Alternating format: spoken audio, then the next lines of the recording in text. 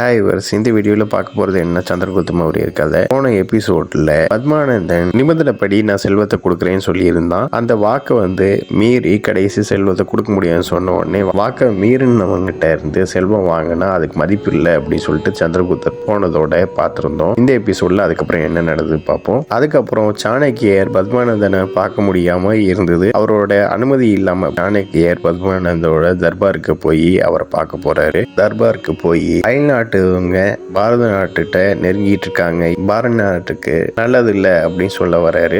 இது பாரத நாட்டுக்கும் ஆபத்து வரும், சிக்கந்தர்ங்கிற அலெக்சாண்டர் தான் வந்துட்டு இருக்கிறது, தாக்கிறதுக்கு வாய்ப்பு இருக்குது, அவங்ககிட்ட இருந்து எப்படி பாதுகாத்துக்கணும் அப்படின்னு சொல்லிட்டு அவர் சொல்றாரு. சொல்றப்ப பத்மானந்தன் அந்த திட்டத்தை மதிக்காம அதை தூக்கி போட்டு சாணக்கியரை அவமதிக்கிறாரு. சாணக்கியரை பார்த்து யாரு நீ அப்படின்னு கேட்ட உடனே நான் ரசசீலத்துல இருக்கிற பல்கலை குரு அப்படின்னு சொல்லிட்டு சொல்றாரு. சாணக்கியர் பாரதத்தை காப்பாத்தி இருக்கிற மகத நாட்டு அரசர் என்னையே நீ அறிவுரை சொல்ல வந்துட்டியா அப்படின்னு சொல்லிட்டு அவரை அவமதிக்கிறாரு. இதுக்கு சாணக்கியர் நான் எச்சரிக்கிறதுக்காக தான் வந்திருக்கேன் அப்படின்னு சொல்லிட்டு சொல்றாரு. நம்ம மகத நாட்டை காப்பாத்துறதுக்காக தான் இந்த மாதிரி பண்ணேன், நீ என்னை அவமதிக்கிறனாலேயே தீர்ப்பச்சியை கேட்கறதுக்காக என்னையை நோக்கி வருவ, இது சாணக்கியனோட சபதம், அது வரைக்கும் நான் இந்த கூந்தலை முடிய மாட்டேன் அப்படி சொல்றாரு. அடுத்த காட்சியில அவரு ஒரு காட்டுல இருக்கிற மாதிரி காமிக்கிறாங்க. அது தலையில வர காயம் இருக்குது. அந்த நேரத்துல அவரை ஒரு காட்டு பண்ணி தாக்க பாக்குது. அந்த இடத்துல சந்திரகுப்த மௌரியர் வராரு. அந்த காட்டு பண்ணியை தடுத்து தாக்க விடாத மாதிரி பாத்துக்கிறாரு. அதாவது சாணக்கியரை காப்பாத்துறாரு. காப்பாத்திட்டு சாணக்கிட்ட பேசுற போது சாணக்கியர் சொல்றாரு,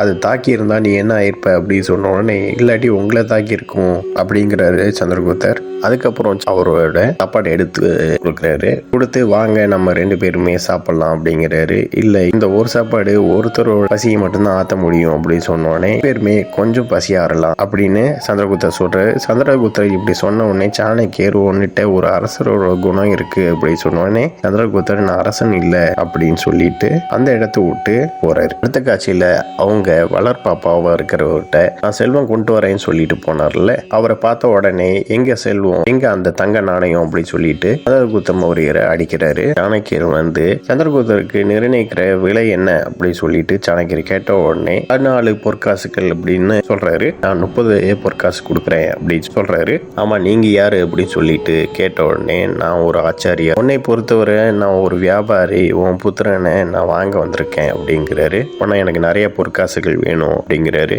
சாணக்கியரும் நிறைய பொற்காசுகள் கொடுத்துட்டு சந்திரகுப்தர் மௌரியரை கூப்பிட்டு போறாரு. சாணக்கியர் அவர் கூப்பிட்டு போகும்போது நீ என்னைய விட்டு போறியாப்பா, அம்மா மேல பாசம் இல்லையான்னு சொன்ன உடனே இந்த பொற்காசுகளை கொடுத்து உன் மேல் பாசம் இருக்குதுமா, ஆனா இருந்தாலும் நான் இந்த பொற்காசுகளுக்காக நான் இப்ப போறேன், இந்த பொற்காசுகள் நீ பத்திரமா வச்சிருந்தா அவர் உன்னை அடிக்க மாட்டாருன்னு சொல்லிட்டு அவங்க அம்மாட்ட பொற்காசு கொடுத்துட்டு அந்த இடத்த விட்டு போறாரு சாணக்கியர் கூட. ஓகே வியூவர்ஸ், நெக்ஸ்ட் வீடியோவில் பார்க்கலாம். இந்த சேனல் சப்ஸ்கிரைப் பண்ணுங்க, அண்ட் பெல் பட்டனை பிரஸ் பண்ணுங்க, லைக் பண்ணுங்க, ஷேர் பண்ணுங்க. தேங்க்யூ.